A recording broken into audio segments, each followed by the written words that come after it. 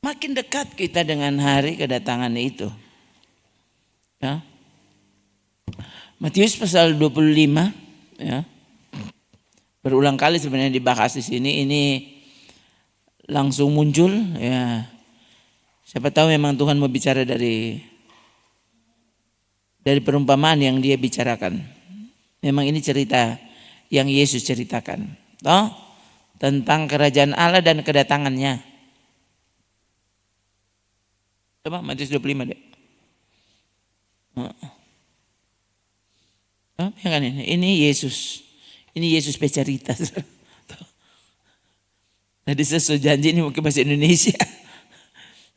Dan kali jadi perasa, bahasa Manado lebih enak. Oke, saudara ya, kita baca ini cerita Yesus. Cara Yesus bercerita tentang apa? Tentang kedatangan kerajaan Allah, tentang kedatangan kerajaan surga begini. Tuh. Jadi kalau ada orang yang berpikir caranya lebih tepat, ya terserah kamu. Kami memilih cara yang Yesus pilih. Ini caranya. Ini caranya. Oke, kita baca dulu Matius pasal 25 ya. Kayaknya sampai ayat 13. Tuh. Oke, kita baca saja bersama-sama saudara. Suarakan bersama-sama ya. Saudara baca jangan cepat-cepat ya. Sehingga saudara sendiri waktu baca pasti mengerti. Oke. Kita baca ya. 2, 3. Pada waktu itu hal kerajaan sorga seumpama 10 gadis yang mengambil pelitanya dan pergi menyongsong mempelai laki-laki. 5 di antaranya bodoh dan 5 bijaksana. Gadis-gadis yang bodoh itu membawa pelitanya tapi tidak membawa minyak.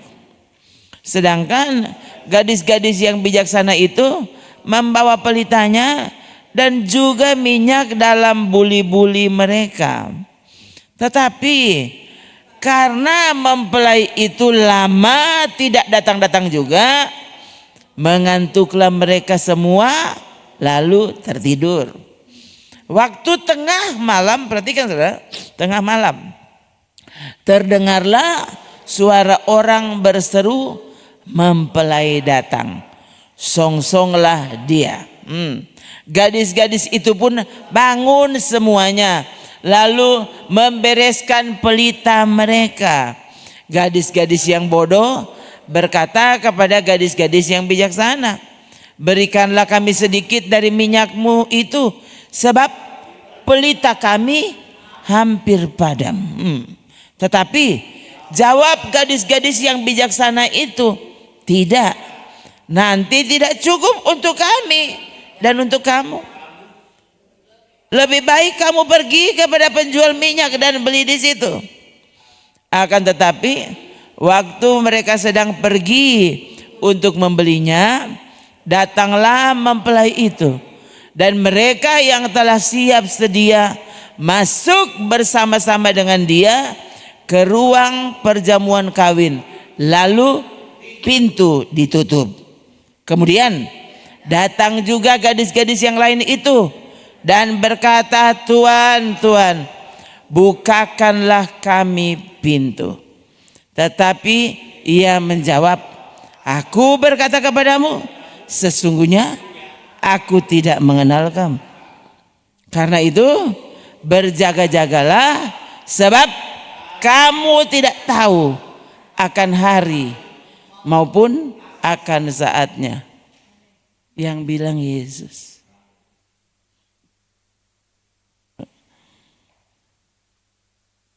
Bayangkan dulu. Ini waktu kapan dia bicara ini? Waktu dia ada pada masa kedatangan pertama. Dia sudah membicarakan tentang bahaya terlambat waktu kedatangan kedua.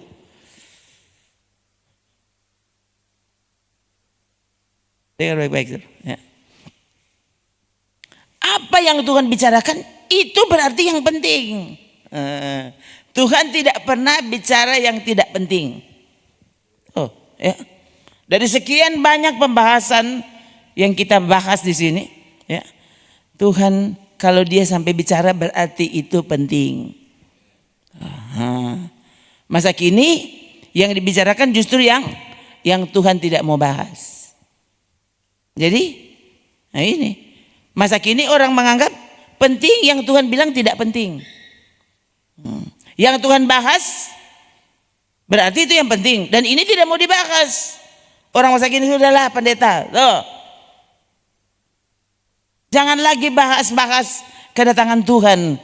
Kedua kali sudah, itu sudah pembahasan kadaluarsa.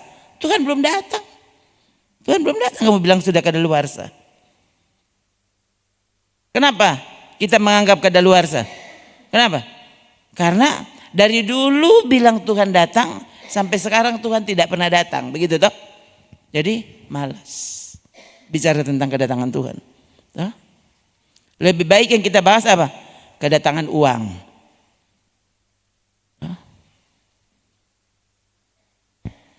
Yang sakit cepat sembuh, yang miskin cepat kaya, yang dalam persoalan cepat selesai persoalannya. Padahal kau tidak tahu, justru persoalanmu apa? Kamu tidak setia, tidak tahan menunggu waktu Tuhan. Nah ini, waktu Tuhan di sini apa? Bukan soal menyelesaikan persoalanmu, bukan. Waktu Tuhan di sini kita benar-benar menjadi seperti yang Dia rindu. Waktu Yesus ada dengan murid-muridnya waktu itu, ya, menjelang Dia disalib, itu, ya, menjelang waktu Dia ditangkap dan disalib, saudara, ya, Yesus menangisi Yerusalem. Dan Dia menangisi Yerusalem kenapa? Matius 19 ya. Yesus menangisi Yerusalem.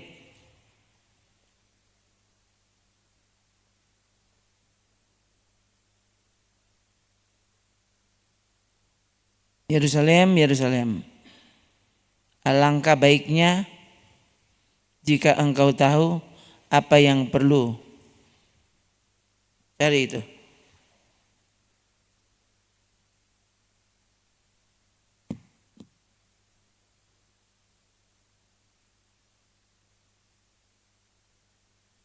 Apa yang perlu untuk damai sejahteramu? Lukas 19. Sorry. Saya bilang tadi Matius 19 ya. Lukas 19. Coba lihat ini. Nah ini lihat ya. Ketika Yesus telah dekat dan melihat kota itu Yerusalem, Yesus menangisi Yerusalem. Apa isi tangisan Yesus? Yerusalem apa? Kamu miskin, gitu. Katanya, wahai, betapa baiknya jika pada hari ini juga engkau mengerti apa yang perlu. Perhatikan saudara, Yesus menangisi apa yang perlu. Perlu untuk apa? Untuk tambah duit. Untuk jadi sejahtera. Ini kan masalahnya orang begitu. Jadi waktu bilang damai sejahtera, orang langsung bahas damai dan sejahtera.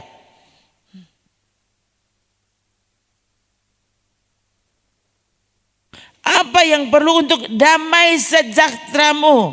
Tetapi sekarang hal itu tersembunyi bagi matamu. Bagus. Kita lihat Yesus ini ya.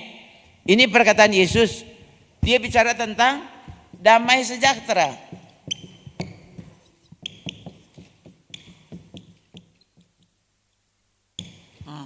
Ini damai sejahtera. Memang saudara, kalau saudara lihat terjemahan lain, coba bisa terjemahan asli apa? Kalau bahasa Inggris apa ini? Peace toh.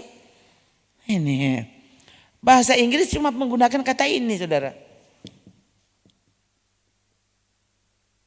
Ini damai.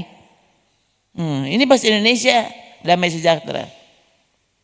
Bahasa Inggris damai saja.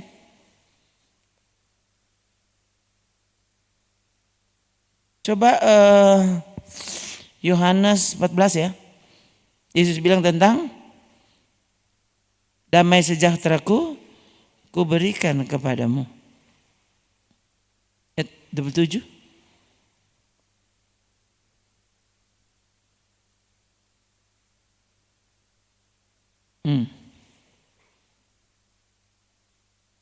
Ini perkataan Yesus ya saudara. Coba lihat kalau bahasa Inggris apa dek? Coba lihat KJV. Peace I live with you. Tuh. Saudara lihat. Ini bahasa Indonesia akhirnya orang jadi salah mengerti. Tuh.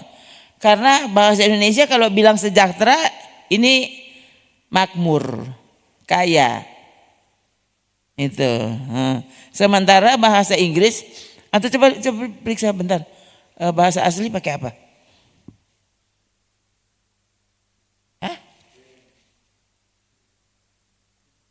Irene itu. Ya berarti kan damai itu ya.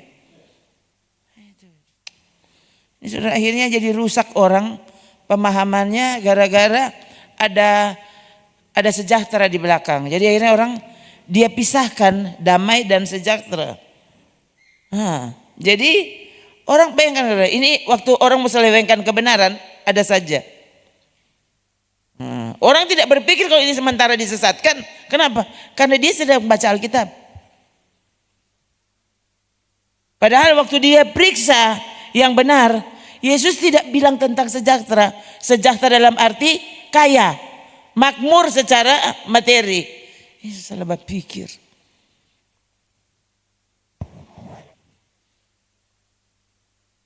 Dan sekali lagi, Yesus menangis untuk ini. Yesus bukan menangisi Yerusalem yang miskin. Waktu itu, kalau saudara baca sejarah, ya, waktu Yesus datang, Israel itu miskin. Jangan lihat Israel sekarang. Israel sekarang tuh kaya raya. Enggak saudara? Itu daerah bayangkan padang gurun. Itu jadi apa? Jadi sumber komoditi yang luar biasa sekarang kalau saudara periksa YouTube. Ya, Israel itu jadi negara pengekspor buah-buahan, buah dan sayur bahkan. Israel, bukan tomohon. Israel saudara, tuh yang padang gurun itu diubah menjadi tempat berbuah, tempat yang berbuah, saudara, ya. Itu air yang mereka supply ke sana ya. Air laut diubah jadi air tawar. Dan mengairi itu padang gurun. Main-main saudara. Ya. Jadi yang lain bisa bingung ya. Itu itu daerah perbatasan ya. Israel dan Yordania itu ya, waktu saya ke sana itu ya, itu sangat terlihat bedanya. Ini Israel, ini Yordania. Oh Tuhan, antara langit dan bumi perbedaannya. Iya saudara. Israel. Tapi waktu itu Yesus tidak menangisi itu.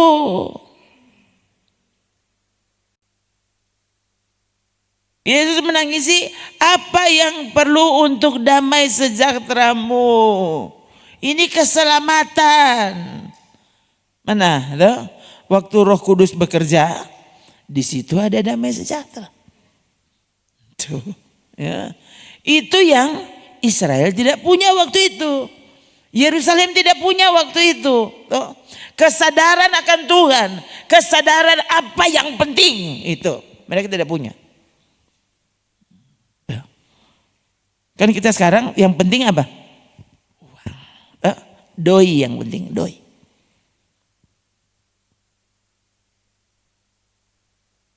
Orang pasti tertawa akan kalau orang bilang yang penting itu damai sejahtera. Damai sejahtera yang Yesus beri. Siapa mana tadi Yohanes 14? Tadi yang ayat 27 tadi. Ini Yesus ya. Yesus bicara kepada murid-muridnya. Damai sejahtera ayat 26 kali deh, dari ayat 26.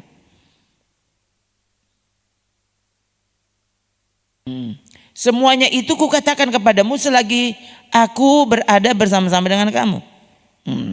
Tetapi penghibur yaitu Roh Kudus yang akan diutus oleh Bapa dalam namaku.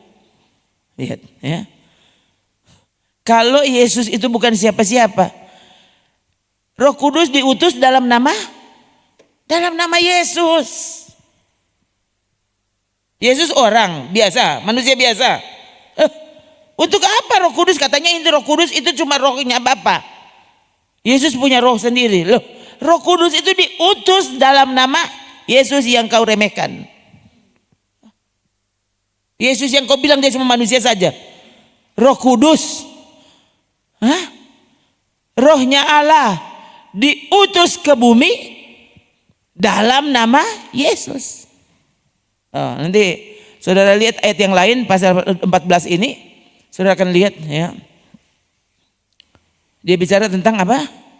Roh Kudus itu dialah yang akan mengajarkan segala sesuatu kepadamu dan akan mengingatkan kamu akan semua yang telah kukatakan kepadamu. Kau berkata lelah kepada siapa? Tuhan yang berani mati untukmu. Enak aja, capek. Yesus itu mati, bukan lelah. Ya, saudara. Waktu saudara bilang lelah apa siapa? Pak Angko pe mama, tamu lihat kalau dia bagi Pak Angko, langsung lap di situ. Angko lelah mau bantu Pak Mama tuh. Anda nih tahu mama 9 bulan dah. Peluk-peluk pangana di puru. Tuh. Bukan cuma 9 bulan, habis setelah lahir, berapa tahun peluk-peluk tuh adik? Berapa tahun? Kan coba lihat orang mama-mama yang DP anak tuh, aduh itu apa? Peluk adik sampai DP tangan so yang ada dia ada perasa, so hilang semua DP tangan, so kram maksudnya. Kok angko yang mau suruh uru mama pe kaki, lelah. Itu coba itu mama yang banyak salah, mama itu kan manusia banyak salah. Yesus yang tidak pernah bikin salah, orang bilang orang lelah. Maksudnya lelah apa? Aku lelah apa? Lelah cari doi. Ya engkau manusia. Kali sampai nanti semua mati baru sadar. Kalau apa? Kamu mengabaikan Tuhan. Mengabaikan apa yang Tuhan bilang, ini yang penting, ini yang penting. Kita mengejar apa yang Tuhan nyatakan tidak penting. Dia tidak mau bicarakan mengapa. Tidak penting. Ini yang penting untuk keselamatan kita. Damai sejahtera. Ini tuh. Dia bilang apa? Penghibur yaitu Roh Kudus akan diutus oleh Bapa dalam namaku. Dia yang akan mengajarkan segala sesuatu kepadamu. Baik, segala sesuatu ya. Ini segala sesuatu di sini apa so? Segala sesuatu yang akan menyebabkan kita akhirnya berkenan kepadanya. Itu tuh segala sesuatu. Jangan segala sesuatu cara bikin tahu, cara bikin tempe, bukan.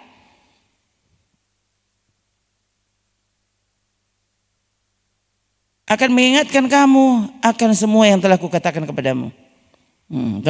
Bayangkan kalau saudara waktu firman Tuhan disampaikan saudara tidak dengar. Saudara mengantuk. Kong Roh Kudus mau kasih ingat apa? Mau kasih ingat apa? Tidak ada. Dia mau kasih ingat apa? Kamu tidak punya apa-apa. Bodoh. Kenapa?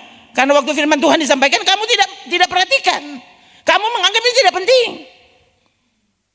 Mengapa saya sangat tekankan tentang apa? Jangan ngantuk. Firman Tuhan disampaikan jangan mengantuk. Bukan cuma saudara jangan mengantuk, harus memberi perhatian penuh kepada firman Tuhan itu. Supaya kita ini manusia, ada saatnya kita lupa. Saudaranya enggak batulis. Kenapa saudara pikir saudara mau dapat ingat sebentar so lupa semua? Nah, waktu saudara benar-benar memberi perhatian, kan Tuhan tahu. Ini bukan cuma sembarang pendengar.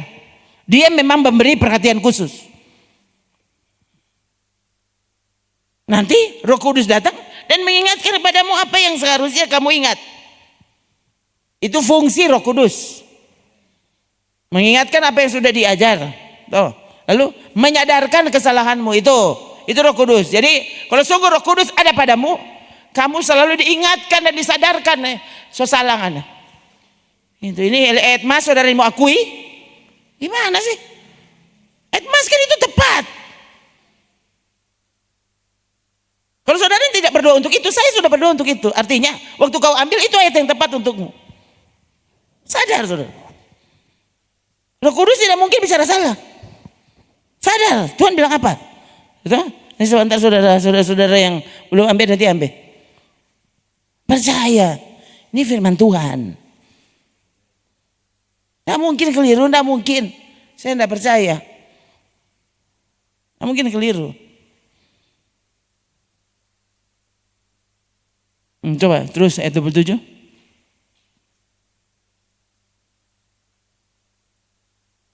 Damai sejahtera kutinggalkan bagimu. Damai sejahtera mana? Damai sejahteraku. Nah, ini. Tuh. Jadi yang ditinggalkan apa? Damai sejahteranya. Damainya yang dia tinggalkan. Dan apa yang kuberikan tidak seperti yang diberikan oleh dunia kepadamu.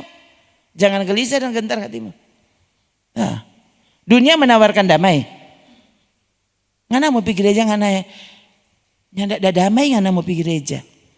Iya, kita nyandak pergi nyandak ada damai. Kok aku mau tinggal di rumah, aku mau tamangin setan. Nanti setan kasih itu damai.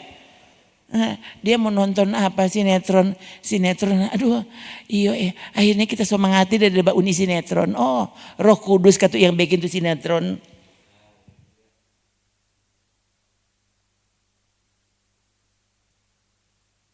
Kalau dengar sesuatu khotbah langsung hilang damai sejahtera. Satu sebenarnya bukan hilang damai sejahteramu apa? Kamu tidak punya damai sejahtera memang. Kenapa kamu tidak punya damai sejahtera? Karena kamu meremehkan Tuhan. Kamu meremehkan apa yang Tuhan bilang ini yang penting. Cuma itu yang penting. Bilang kedatangan Tuhan itu penting, mau dengar. Karena kedatangan Tuhan penting, maka apa saja yang dia ingatkan itu yang penting. Ayat mas diberi kepadamu. Loh itu yang penting. Perhatikan berarti angkut seperti itu. Gimana sih? Bukan ini kasih, bukan siapa. Kalau saya mungkin bisa salah mengerti. Salah menilai saudara. Tapi kalau Tuhan sampai bicara, tidak mungkin dia salah. Tuhan itu mustahil salah. Kalau orang mustahil betul. Mustahil benar. Kalau Tuhan mustahil salah. Tidak mungkin dia salah. Tidak mungkin. Jadi kalau sampai dia bilang itu tuh tepat. Dia sudah takut mau ambil. Kenapa takut mau ambil? Karena aku takut mau dapat bilang dia salah di mana. Bagaimana sih? Orang lain kan puji Tuhan. Tuhan sudah so kasih tahu kita penyakit di mana, di situ kau tak sakit. Pantas kau kita tidak pernah betul. Tapi kira kita so betul, padahalnya tidak betul. Coba, jangan sampai saudara orang pikir orang yang betul. Orang pikir orang itu betul. Orang pikir orang memiliki damai sejahtera. Orang pikir orang memiliki Yesus padahal tidak. Saya bilang ke saudara berulang-ulang. Paulus bilang apa? Ini aku lakukan. Aku meninggalkan segala sesuatu. Nah, apa? Dia berlari seolah-olah dia belum menangkap Yesus.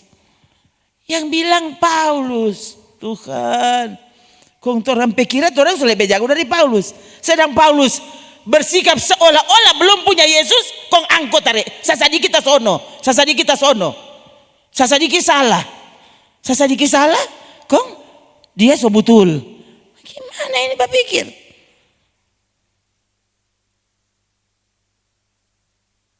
Khotbah ini boleh keras. Jadi merasa, siapa sih khotbah ulang-ulang orang ini pendosa semua loh, saudara.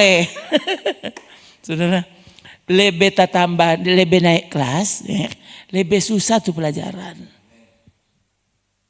Saudara saya duduk tuh anak kelas 1 saya duduk di kursi kelas 6 SD, sudah juga kursi SMP. kursi jo kelas 6 SD kunya dia langsung pusing. Jadi pikirnya dapat cerita apa dong ini? Dia nggak mengerti. Lebih suwe kalau kasih duduk di bangku anak SMA ya ikut pusing dia. Tuh, anak SD kalau baca ini kan dia begini. Pasti dia begini. S tambah A, sa. Tambah U, sa, U. Dia masih nih tahu. Kalau orang tuh orang pelihat harus tahu saudara-saudara. Orang enggak usah S tambah A, sa. Ya itu anak TK baru mau belajar. Kalau orang tuh pelia begini orang sudah pelia sampai di bawah. Langsung apa itu dia? Ini kan beda, itu orang yang so jago baca dengan itu orang yang baru belajar baca. Tuh. Jadi waktu saudara ini yang so terlalu sering dengar firman Tuhan. Kalau sampai khotbah saudara mesti dengar mesti keras, kayak apa? Saudara so sampai pada lifting itu. So sampai pada tahap itu. Tuh. Jadi kalau sampai masih tahu baca, semua dapat pukul. Semua kasih turun kelas. Yang kan saudara kalau anak SMA, kong kasih turun di SD kelas 1. Coba. Sekalipun sekarang banyak begitu ternyata ya. Kalau di HP dong jago sekali. Nih tahu ternyata kok nih tahu baca. Ini kenyataan masa kini soalnya. Di HP dia tahu sekali dia mau bikin apa. Padahal dia nih tahu baca.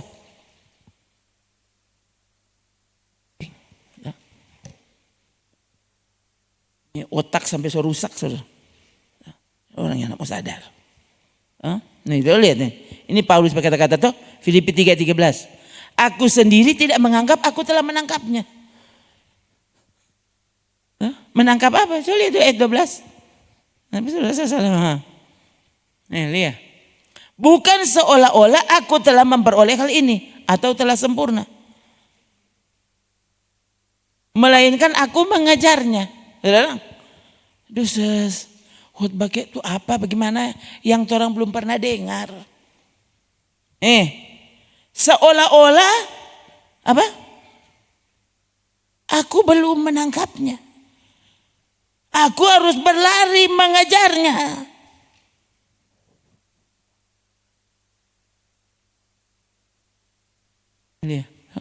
Karena aku telah ditangkap oleh Kristus Yesus. Bayangkan ya. Jadi orang waktu sungguh-sungguh ditangkap oleh Yesus, kamu akan dibuat menjadi orang yang rindu menangkap Yesus. Itu, hati-hati. Jadi kalau saudaranya tidak rindu, artinya kamu belum di tangan Yesus.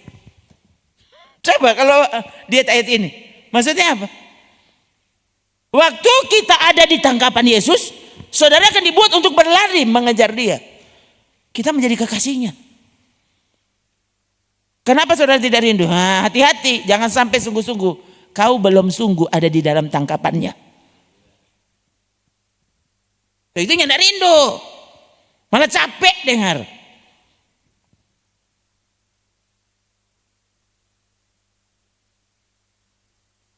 Ya ini coba gejala-gejala seperti ini harus coba cek. Ini langsung cek hatimu. Sungguhkah kau milik Yesus? Sungguhkah Yesus hidup di dalammu? Sungguhkah kau ada di dalam tangannya? Buktinya dunia tampak lebih gemerlap padamu. Orang bayangkan. Orang lebih aman dan tentram kalau hadir di pesta pernikahan. Itu tempo apa itu tuh? Acara mulai jam berapa? Mulai jam 5 ke jam 6 ke jam 7 letrein waktu itu. Ya. Undangan jam 3. Kong so pulang tuh orangnya anda. Orang mau tunggu. Dan kayaknya mungkin datang mulai kok langsung makan. Nggak ada. Tetap acara habis ini kok ini. Ucapan selamat datang orang semua so tahu ya. Usah selamat datang seharusnya.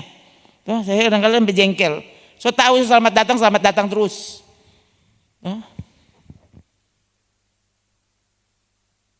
Tapi itulah Indonesia.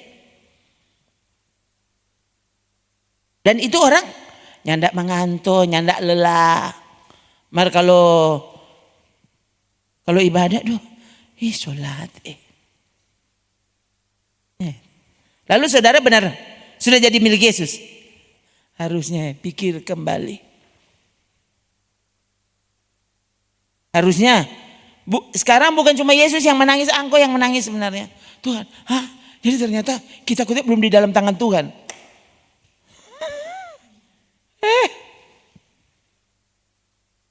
Lebih so tahu-tahu dia, saudara, sampai Tuhan bicara, saudara mau dengar. Nah ini soal lebih jauh lah ini.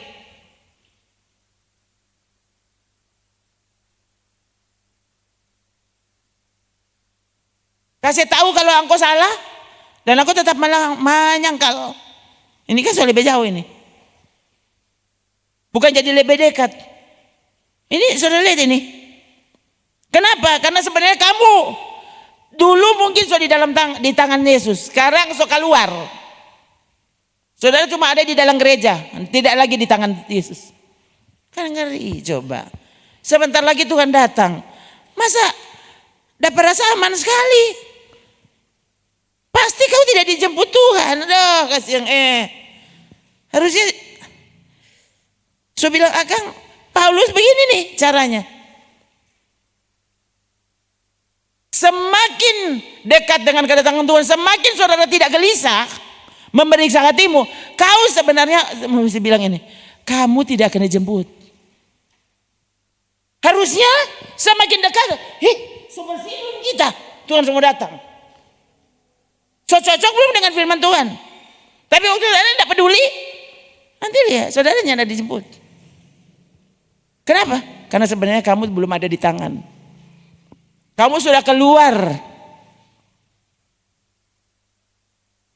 Kamu meninggalkan arena. Saya sampai bilang ke saudara, ini paling sulit saudara menyadarkan orang yang berpikir dia masih di dalam padahal dia sudah di luar. Hanya karena kamu datang terus ibadah, tidak berarti otomatis kamu pasti ada di dalam. Ini masalahnya di dalam ini Tuhan berukuran nih saudara. Harusnya sampai sekarang kita mengantuk terus. Coba. Sudah enggak saudara menangis untuk saudara mengantuk dia? Masa tiap buat mengantuknya enggak takut? Kalau kita jadi saudara selama kita takut.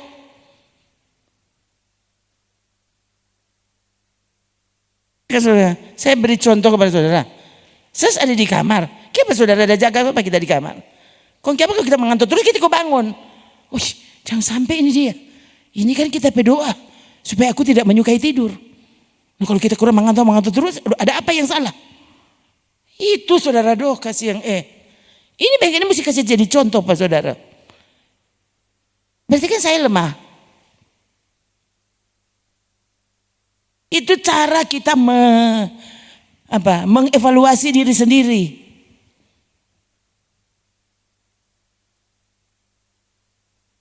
Biasanya, pasti kita paling betul. Kan begitu.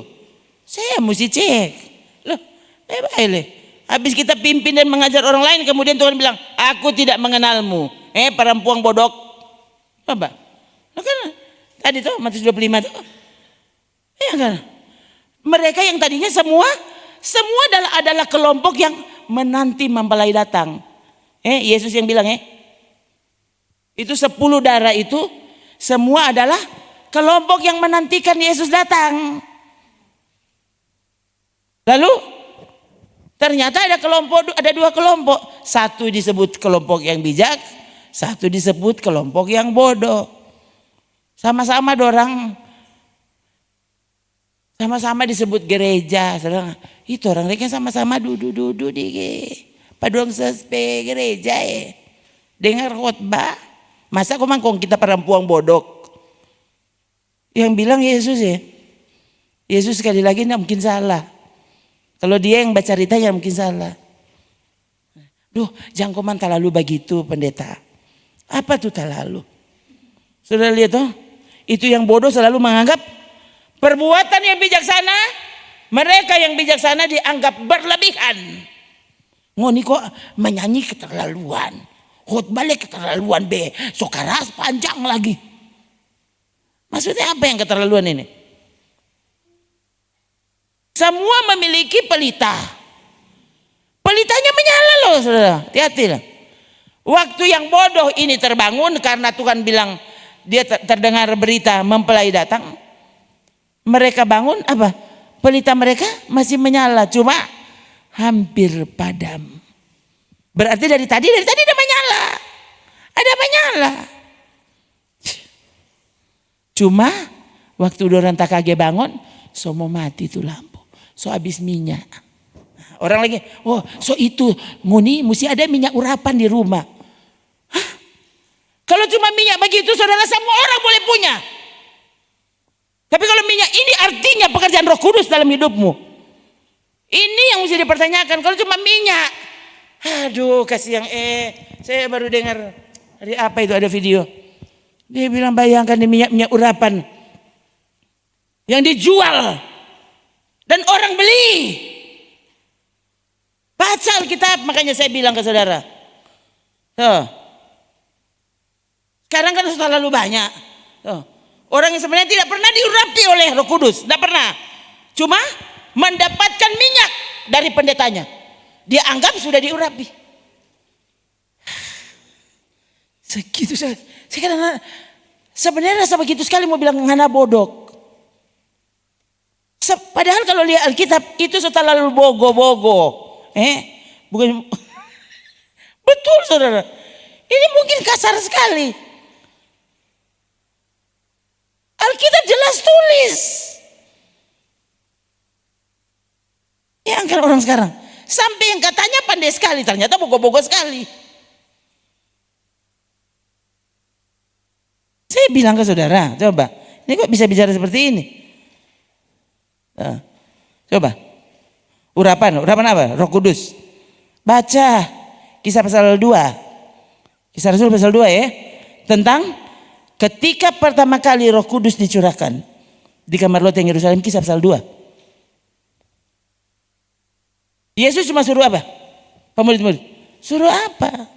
Suruh berkumpul tunggu janjiku tiba. Dia ada suruh beli minyak. Saudara baca sampai tak kupas ini Alkitab. Sampai robek dan saudaranya tidak akan dapat ya pengurapan Roh Kudus apa? Dorang desirang minyak cari kalau dapat. Kalau dapat bilang kemari, kalau tidak dapat jangan kau karang. Saya dipenuhkan Roh Kudus yang tidak pernah ada taruh minyak. Tidak ada. Jengkel saudara. Ini orang-orang tuh. Ini katanya diurapi, ternyata ngarang. Dudu. Mana mengarang kok? Lu merasa diurapi. Malah menuduh orang sesat. Coba saudara. Ini kan gereja masa kini tuh.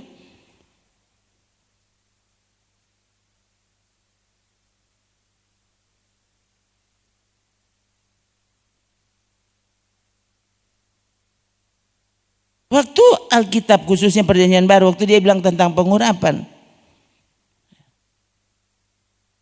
Selain kalau pakai minyak kalau pakai minyak itu pasti orang sakit. Orang sakit saja tidak selalu diminyaki. Coba ya. Udah juga kalau bilang Yesus, oh Yesus kok biar nggak usah pakai minyak. Oh iya sudah. Siapa? Petrus dan Yohanes. Kong dorang dah. Sebelum apa tuh orang sakit yang di pintu gerbang Bait Allah, waktu minta Petrus bilang, Nas, mana aku lihat tuh minyak? Mau siram dulu pada kaki, begitu. Emas dan perak tidak ada padaku, ini yang ada pada kami. Apa? Bukan minyak urapan apa? Dalam nama Yesus. Berjalan. Coba saudara. Orang sekarang, dorang rasa kalau dorang ada minyak dari gereja, itu dorang tepat untuk menanti kedatangan surga datang. Walau mereka tidak peduli dengan kebenaran. Tidak peduli dengan kerinduan kepada Tuhan. Yang penting orang ada minyak. Ada anggur perjamuan. Ada apa leh? Ada roti perjamuan. Ini. Coba saudara. Kita pada suruh. Baking itu kebenaran. Hidupi kebenaran. Hidup kudus. Takut akan Tuhan. Mengasihi Tuhan. Itu baru betul. Itu baru lampumu menyala. Nih, dia masuk gereja, dia ibadah nih mau. Yang penting dia ada minyak di rumah. Yang dipikir Tuhan sebodoh itu. Hah? Siapa yang membuat mereka jadi tenang? Setan berarti. Setan bilang, sudah katu, nggak usah pergi, penting ada minyak toh. Masih ada minyak toh. Nanti pergi ke gereja ulang kalau mau so habis angkop minyak nanti ambil lagi. Saya lihat orang bukan main Tuhan. Bayangkan, orangnya tidak peduli, hidup tidak benar. Tidak peduli, yang penting ada minyak. Ini aduh, pikir bagaimana ya? Lalu ternyata dengan semua minyak-minyak itu, orang juga tidak pernah sembuh. Rasa-rasa sudah kalau boleh pelungku, semua pelungku di muka ini toh. Supaya sadar aku biongkok sekali tahu. Itulah. Karena yang bilang adalah pendeta gereja besar. Sementara saya cuma DP badan itu besar. Percaya. Saya bilang akan apa jelas Alkitab. Jelas Alkitab. Masih mau cari itu DP. Sekali lagi ya. Kalau cuma perlengkapan secara lahiriah. Kasihan saudara. Semua orang boleh. Semua orang boleh. Kalau cuma perlengkapannya yang penting ada minyak. Ada roti perjamuan. Semua orang boleh. Tapi kalau roti itu maksudnya kebenaran. Hidup Yesus yang hidup dalammu. Itu masih bertanyakan. Ada enggak? Ada enggak padamu? Ha? Ada roti satu kotak. Hah? Lalu kamu tidak hidup di kebenaran. Badusta tetap badusta. Tetap najis, tetap cemar. Tetap nih mau masuk gereja. Tetap tidak hidup sungguh-sungguh. Lebih mementingkan dunia dari mementingkan. Lalu kamu senang karena kenapa dia ada roti dan ada minyak 1 yergen. Bodohnya minta ampun. Firman Tuhan bilang apa yang peduli. So bilang akan Paulus berbuat seolah-olah dia belum dapat tuh Tuhan. Jadi dia berlari sungguh-sungguh, serius untuk mengejarnya. Sampai segitu saudara. Kalau semua pikir kita masa bodoh maksudnya, terserahlah, kita kan coba khotbah. Mau bak komen atau ini mau bikinnya dibayar bukan tapi urusan. Kan sudah tasuk kerja aku. Supaya lala begini lah, aku mau suruh apa? Saudara, loh, tetap ini di hati Tuhan ya. Jadi waktu adik Lelia, mama ini dah, saya bilang dek jangan. Orang tidak ada bak komen, orang kasih like. Kasih like. Bilang Tuhan Yesus mengasihimu. Ini kalau saudara pikir gampang itu firman Tuhan. Gampang. Dengan mudah. Orang ini jadi murid Yesus, kamu salah besar. Itu setan pekerja. Sampai dia bilang apa? Gampang. Gampang. Itu pendeta itu yang backing firman Tuhan tampak susah. Pendeta itu yang backing itu ke sorga itu tampak susah.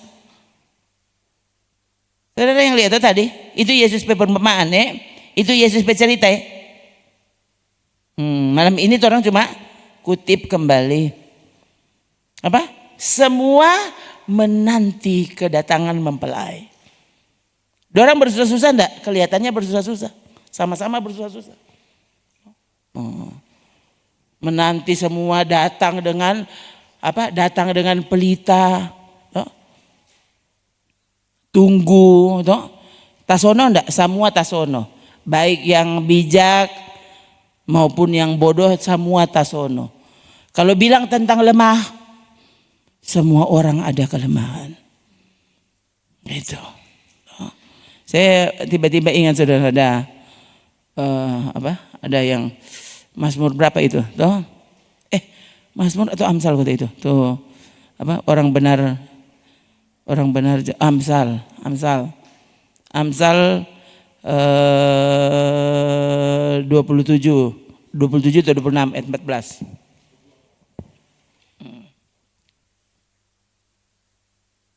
Oh 28 ayat 16. Oh ya. 24 ayat 16. Nah, tuh, lihat. 7 kali orang benar jatuh. Sadiki jo. Nah, Alkitab kalau bilang 7 Biasanya orang tahu sempurna. Ya. Jatuh berulang kali, bukan cuma 7 kali. Tuh. Ini berarti jatuh terus. Jatuh terus. Bilang orang benar, mereka jatuh terus. Tuh. Sementara tuh, apa? Ada yang bilang, masa pendeta jatuh terus? Tuh. Kenapa ya? Itu Pandoti di luar sana tidak pernah jatuh. Dia mau jatuh bagaimana kalau dia data tidur? Hah? So tidur dalam dosa. Kok dia mau jatuh? Nah, dia memang jatuh. Dia gak sono. Kok dia mau bangun bagaimana? Kenapa orang benar jatuh? Karena orang benar selalu bangkit. Selalu bangkit. Jadi waktu dia mau berjalan, ada saja kerikil di muka apa? Jatuh lagi. Jadi kenapa orang benar bisa jatuh berulang kali? Kenapa? Karena orang benar selalu bangkit kembali. Bangkit kembali. Bangkit kembali. Waktu saudara jatuh dan soalnya nak mau bangkit, justru malah bilang begini, sudahlah, orang so coba marah. Begitulah, namanya juga manusia. Manusia itu memang so begitu. Artinya kamu so jatuh terus. Soalnya enggak pernah itu. Kalau dia kan lihat. Lihat kan dia tak salah toh. Tuang kau enggak pernah salah. Siapa kau enggak pernah salah? Karena enggak pernah ikut ujian. Saya enggak pernah masuk kelas dia. Yang enggak pernah ikut ujian. Kong dia tahu salah di mana. So itu, tak so tahu kok DP ujian kan susah. Itu sih enggak jadi ikut. Sudah jo, mau coba lah tetap kok yang kok mau salah kok tuh orang. Itu orang fasik. Waktu saudara sadar, saudara ada kelemahan. Tuhan, ampuni aku. Dan tolong aku bangkit kembali. Kenapa? Roh yang ada di dalamku lebih besar daripada roh apapun di dunia ini. 1 Yohanes 4 ayat 4.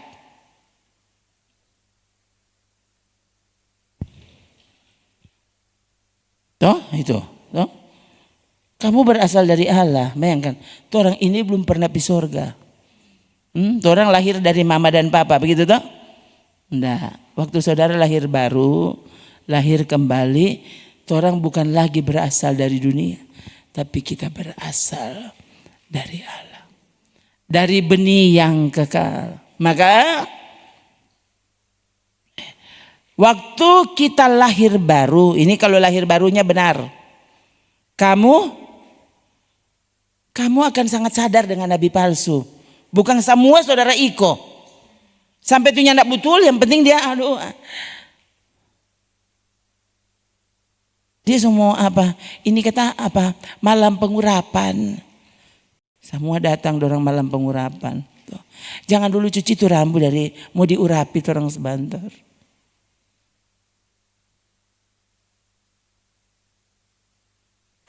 Tuh. Kamu telah mengalahkan nabi-nabi palsu. Orang sangat sadar mana yang palsu dan mana yang benar. So tahu itu palsu dan kau tetap di situ. So tahu itu salah dan kau tetap di situ. Artinya Roh Kudus sebenarnya tidak bekerja di dalammu. Kamu membiarkan. Kamu tidak gubris dengan Roh Kudus. Harusnya begitu saudara. So tahu ini kelompok yang salah. Kok siapa yang tinggal di situ?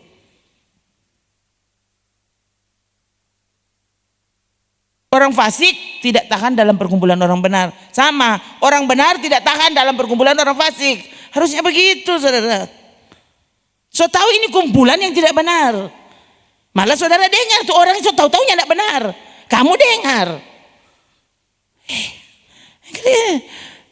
Ini mau bilang bagaimana ini? Engkau so tahu sekali kalau itu salah. Tuh Yesus kan bilang begini. Oke, orang buta bisa menuntun enggak? Tidak ada. Yesus yang bilang orang buta. Orang buta tuntun siapa? Orang buta. Jadi waktu saudara senang-senang saja dituntun oleh orang buta, kenapa bisa seperti itu? Karena kamu juga buta berarti. Waktu matamu sungguh dicelikan, kamu tahu ini orang buta. Masa dia teriak mau pimpin tapi jalan? Gimana sih?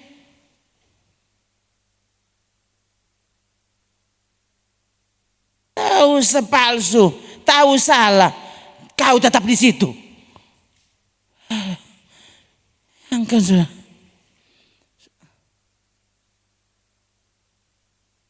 Salah satu poin jelas dari guru palsu. Apa?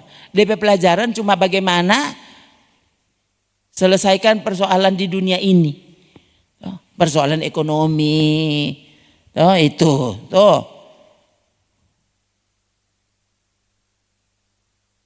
Saya bilang akan waktu damai sejahtera Yesus tinggal di dalammu, saudara akan terkejut. Saudaranya tidak ada doi dan tetap tenang. Itu damai sejahtera yang benar. Banyak persoalan dan ternyata kamu bisa tenang akhirnya. Tuh, kenapa? Damai sejahtera yang benar tinggal di dalammu. Dengan kehadirannya kamu akan dibuat semakin lapar, semakin haus akan kebenaran. Saudara apa? Bergegas, siapkan minyak di dalam lampumu. Bukan tuh minyak di toko. Minyak di sini maksudnya apa? Roh Kudus. Semangat yang baru, rasa lapar akan Tuhan. Saudara selalu menyebut apa yang Tuhan bilang benar, ini adalah benar. Kalau dia bilang inilah hidup, taruh mati Tuhan. Bayangkan so tahu-tahu kumpulan ini yang menyebabkan aku hidup. Dan saudara pergi di tanpa yang nyanda ada hidup di situ. Sampai dia pengajar tidak pernah sadar kalau dia mati. Apa? Dia mau ajar apa saudara? Mau ajar apa? Kalau dia sendiri mati dia tidak sadar tentang kehidupan.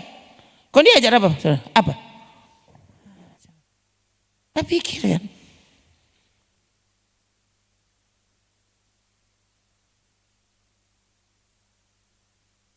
Ini kebenaran tidak pernah disampaikan.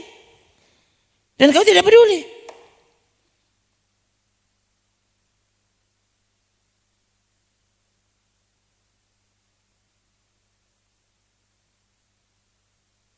Kenapa kita bisa mengalahkan yang palsu? Kita sadar kalau ini palsu. Karena roh yang ada di dalammu lebih besar daripada roh palsu. Saudara sudah merasa ini palsu? Mau apapun yang dia bilang ini langsung dapat rasa ini palsu ini. Itu saudara. Orang jadi sangat peka. Itu. Jadi sangat peka terhadap ini kumang setan pekerja. Ini yang tidak betul nih khotbah ini. Gitu. Saya kadang-kadang saudara, kita belum kenal tuh orang. Tapi setelah 2-3 kali dengar, enggak. Ini, saudara begini. Ini jadi saudara perlu berdoa untuk itu, ya. Sehingga Tuhan letakkan kepekaan itu di hatimu. Apalagi waktu saudara memang solia. Bukti ketidakbenaran itu. Aku masih di situ. So tahu-tahu pasti kalau dia nyanda betul, dia akan menuntunmu di jalan yang nyanda betul.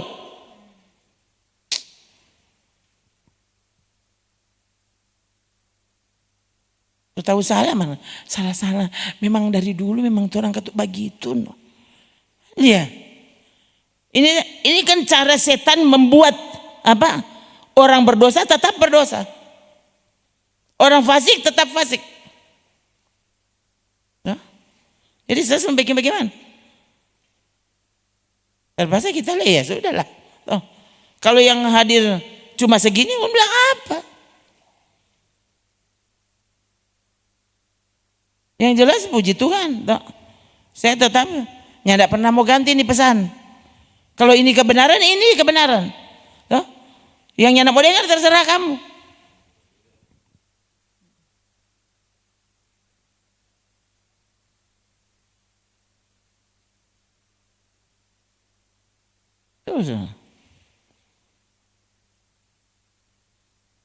Berdoa supaya Tuhan taruh di hati.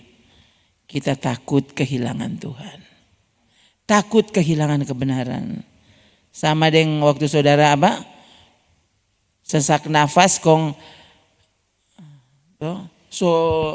kesulitan bernafas. Nah itu. Kalau saudara tahu cuma Yesus nafas itu.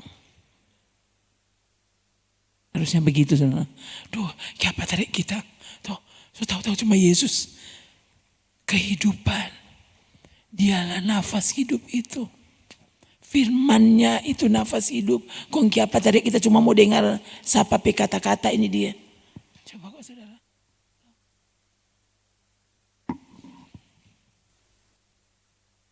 Coba apa? 3. Karena itu berjaga-jagalah sebab kamu tidak tahu akan hari maupun saatnya. Yang bilang Yesus.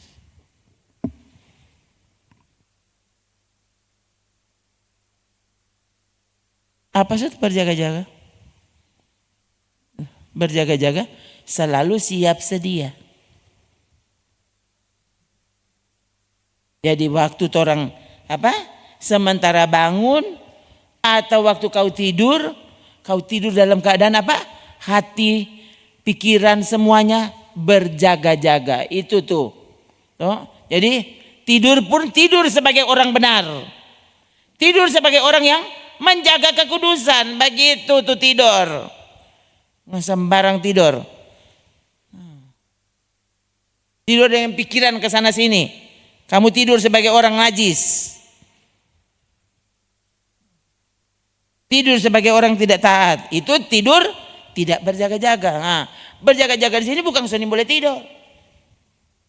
Kamu boleh tidur, tapi kamu tidur sebagai orang yang benar.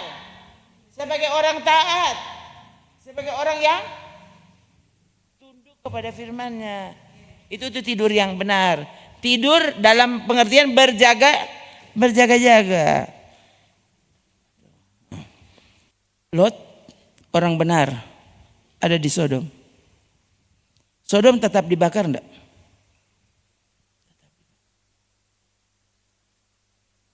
Nuh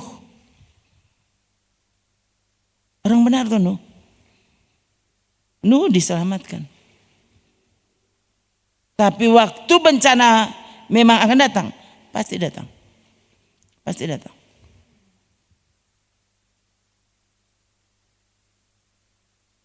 Saudara boleh berdoa. Sekalipun saya tidak setuju sekali dengan orang yang gereja yang berdoa menolak bencana. Bagaimana engkau ini dia?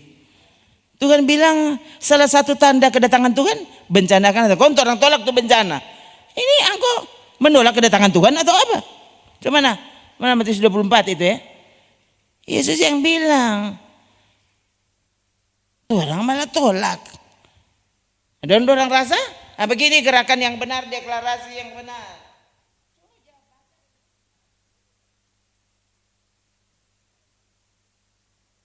Yang bencana akan datang, Anda mau tolak bencana.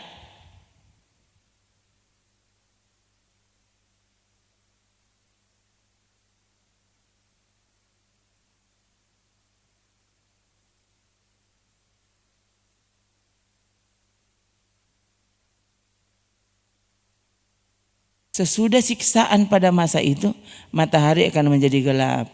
Oh Tuhan, tolong, kami dengar ada informasi prediksi bahwa matahari akan. Tuhan, kami tolak, matahari tetap terang. Bagaimana ini angku ini? Nah ini dari suara dari mimbar soalnya. Yesus yang bernubuat kok orang malah mau lawan nubuat ini. Orang akan meremehkan Tuhan, meremehkan dosa, meremehkan persekutuan, pertemuan dengan Tuhan, hadirat Tuhan diremehkan. Tuh orang selalu baca Ibrani pasal 12 ayat 28. Nah, orang lupa selalu ayat 29 yang ada dibaca. Coba baca dulu ayat 28 kok ayat 29. Oh, putus. Coba saudara, buka dulu HP-mu kalau begitu, yang punya HP. Buka HP-mu, Ibrani 12. Lihat ayat 28.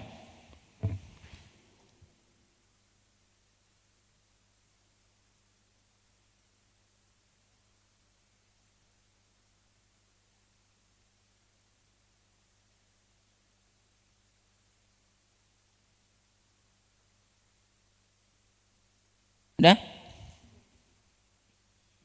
Coba baca dulu sama-sama. 3. Udah? Ibrani 12 ayat 8. Sudah apa semua? Oke.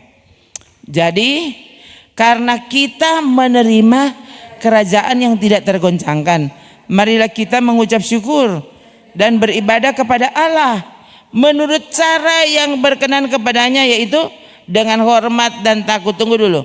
Apa? Cara yang berkenan kepada Allah, cara beribadah yang berkenan kepada Allah cuma satu. Apa? Hormat dan takut. Bukan hormat dan mengantuk. Hormat dan takut. Justru karena takut saudaranya nak mengantuk. Gitu. Bukan hormat sampai dia mengantuk. Ayat 29, lihat ayat 29. Apa? Sebab Allah kita adalah api yang menghanguskan. Kenapa tuh orang mesti hormat dan takut? Kenapa? Karena dia adalah api yang menghanguskan. Ini bukan perjanjian lama, perjanjian baru. Itu sudah di sana adik. Sudah toh? Itu. Sekarang coba terakhir Wahyu 22. Coba lihat. Yang 11 deh. Lihat. Ini Tuhan ya. Kalau so gemas seperti ini dia. Apa? 3. Barang siapa yang berbuat jahat, biarlah ia terus berbuat jahat. Barang siapa yang cemar, biarlah ia terus cemar. Barang siapa yang benar, biarlah ia terus berbuat kebenaran. Barang siapa yang kudus, biarlah ia terus menguduskan dirinya. Ini firman Tuhan. Ngana malas, biarlah kau malas terus. Engkau mengantuk, biarlah kau mengantuk terus. Saudara suka enggak begitu? Kenapa nih pendeta sekarang so berubah ya? Dia sekarang ya marah orang mengantuk. Soalnya ada DP ayat. Yang mengantuk, mengantuklah terus. Yang tidak mau kebenaran ya, enggak usah suka kebenaran, enggak usah.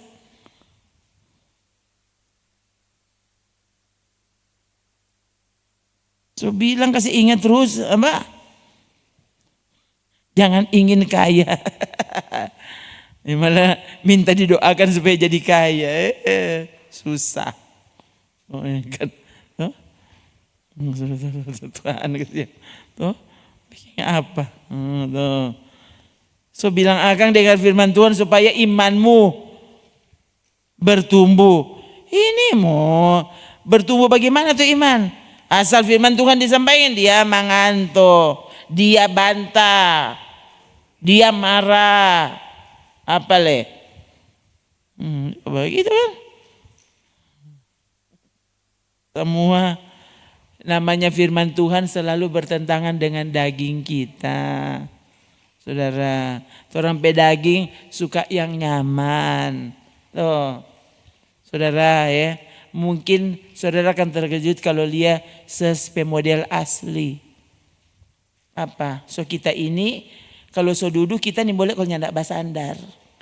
Kita tuh mesti bahasa andar satu. Kong ini kaki mesti angka. Taruh pas apa ke? Tak suka sekali tuh. So mau taruh di situ supaya dia semua uru-uru. Itu tuh sesuai model. Kong kok bisa berdiri begini berjam-jam? Berdiri di depan orang yang duduk-duduk saja sampai mengantuk. Coba. Saudara pikiran enggak? Sebenarnya so kita ini tuh yang boleh berdiri di kaki sendiri, kita mesti basandar. Berdiri di apa? Orang PKK. Tuh, dia berdiri di sikap kok kita mau basandar pada dia. Dari dulu model begitu. Ya.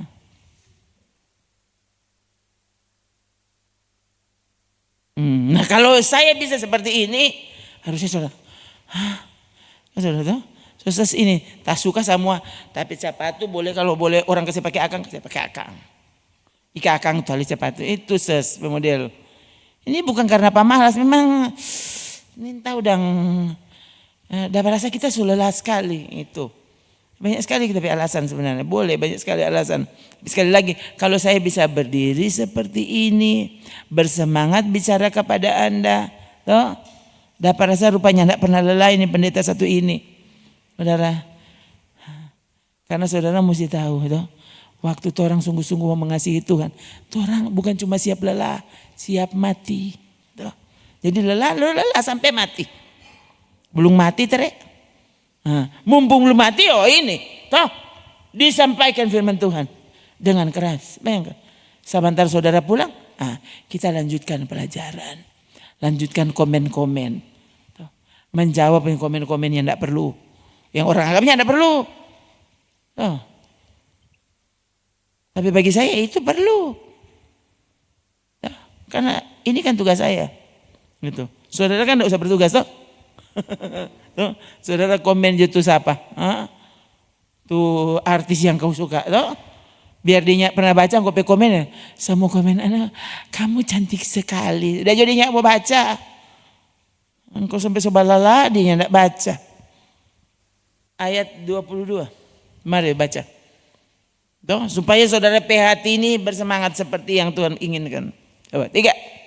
Tunjukkanlah belas kasihan kepada mereka yang ragu-ragu. Oh ini trompet apa ya? Trompet kerja ya. Ini trompet tugas. Apa? Selamatkanlah orang yang ragu-ragu tadi. Tuh, yang ragu-ragu itu. Selamatkanlah mereka dengan jalan merampas mereka. Jengkel sebenarnya. Tapi kalau Alkitab bilang begitu. Yang ragu-ragu. Selamatkan mereka dengan jalan merampas mereka dari api. Tetapi tunjukkanlah belas kasihan yang disertai ketakutan kepada orang-orang lain juga. Bencilah pakaian mereka yang dicemarkan oleh keinginan-keinginan dosa. Jangan mumpung masih hidup sekarang, siapkan dirimu. Siapa tuh mau pitawe? Saya dengar berubah cerita, kenapa ada tuh tumpet tamang sana. Ya. Si ada berapa dia cerita, tiba-tiba mati, serangan darah tinggi. Ada yang tidak pernah tahu kalau dia darah tinggi. Selama hidup dia tidak darah tinggi, tiba-tiba dia mati, dokter bilang kata darah tinggi. Ya.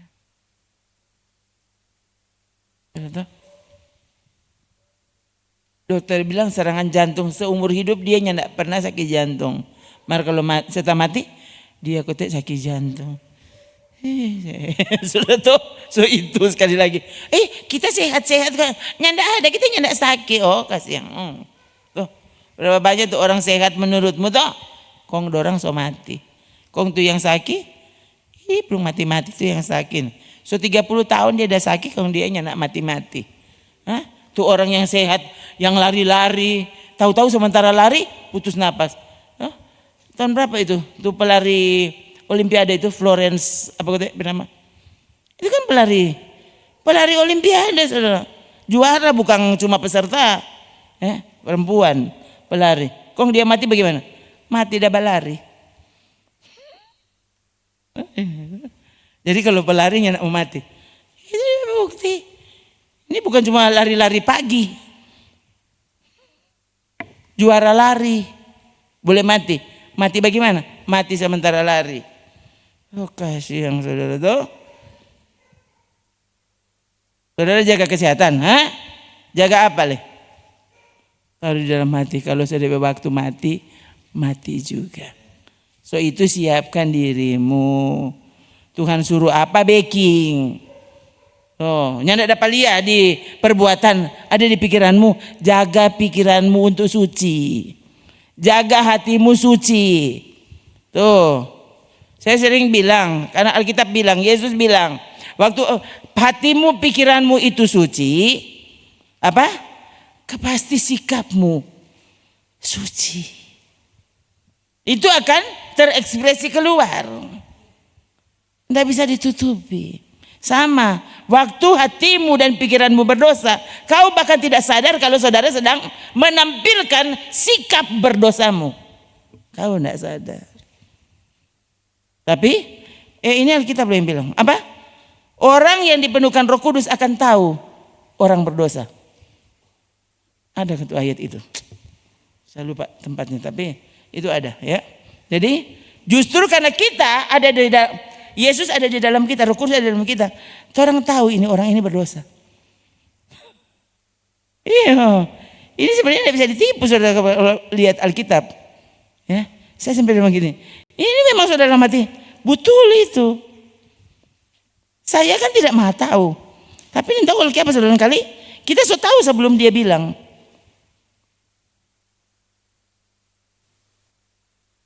Sudah tahu ini maling. Kok saudara mau dengar bagaimana hidup, bagaimana orang mesti jangan pernah maling. Loh, saudara sudah tahu dia ini maling, ini dia bicara ini. Kok saudara suka sekali kan? Iya, kok bagaimana kok tidak bicara supaya orangnya nak maling. Ada tanya pak orang yang DP hidup ada karena maling. Loh kan ini bodoh DP nama.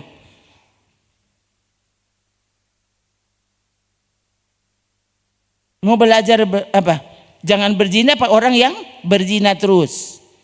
Gimana ini?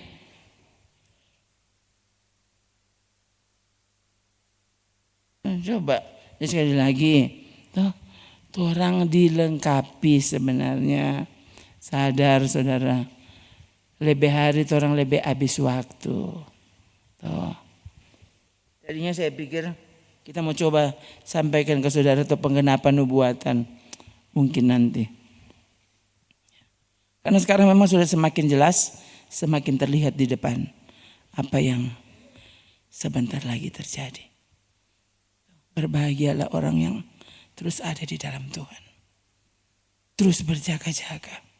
Terus setia kepadanya. Terus jaga lampumu. Aduh, ini minyak mesti ditambah. Persekutuanmu dengan Tuhan makin hari makin dipererat. Oh, makin hari makin rindu. Saya sering bilang ke saudara, saya berdoa Tuhan, jangan biarkan aku cuma mati. Apalagi mati karena dipaksa. Tuhan tolong, kalau aku mati, biarkan aku mati dalam keadaan rindu padamu. Rindu padamu Tuhan. Mati sementara bersemangat, rindu pada Tuhan.